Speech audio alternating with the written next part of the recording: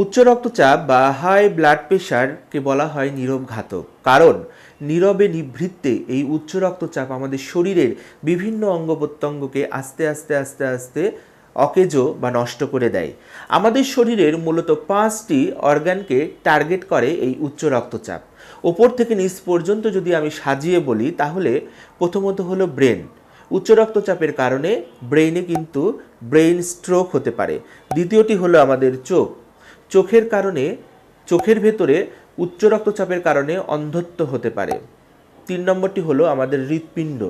উচ্চ রক্তচাপের কারণে হৃৎপিণ্ডে হার্ট অ্যাটাক, হার্ট ফেইলিওর হতে পারে। চতুর্থটি হলো আমাদের লিভার। লিভারে উচ্চ রক্তচাপের কারণে লিভার ফেইলিওর হতে পারে। এবং 5 নম্বরটি হলো আমাদের কিডনি। অনিয়ন্ত্রিত উচ্চ রক্তচাপের কারণে আমাদের কিডনি ফেইলিওর হতে পারে। তাহলে এই যে 5টি অঙ্গ বললাম, আমাদের মস্তিষ্ক, চোখ, হৃৎপিণ্ড, লিভার এবং কিডনি, এই 5টি অঙ্গকে আস্তে আস্তে নষ্ট করে অনিয়ন্ত্রিত উচ্চ রক্তচাপ।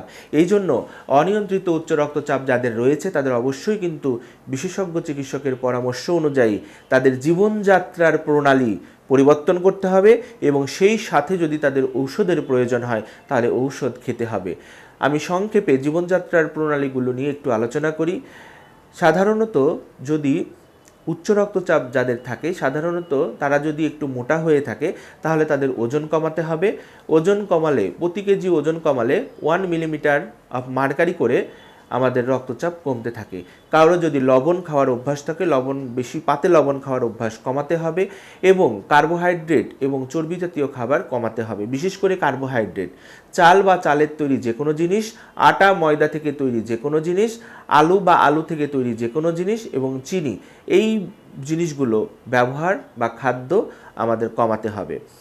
পাতে অতিরিক্ত লবণ ব্যবহার করা যাবে না। রান্নাবান্নাতে লবণ ব্যবহার খুব সীমিত মাত্রায় করতে হবে।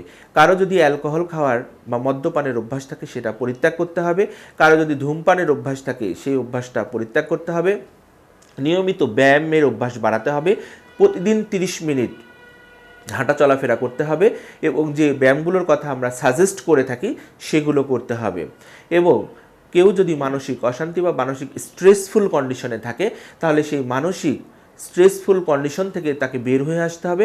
প্রয়োজন হলে তাকে মানসিক ডাক্তারের পরামর্শ নিয়ে ঔষধ পর্যন্ত সেবন করতে হবে।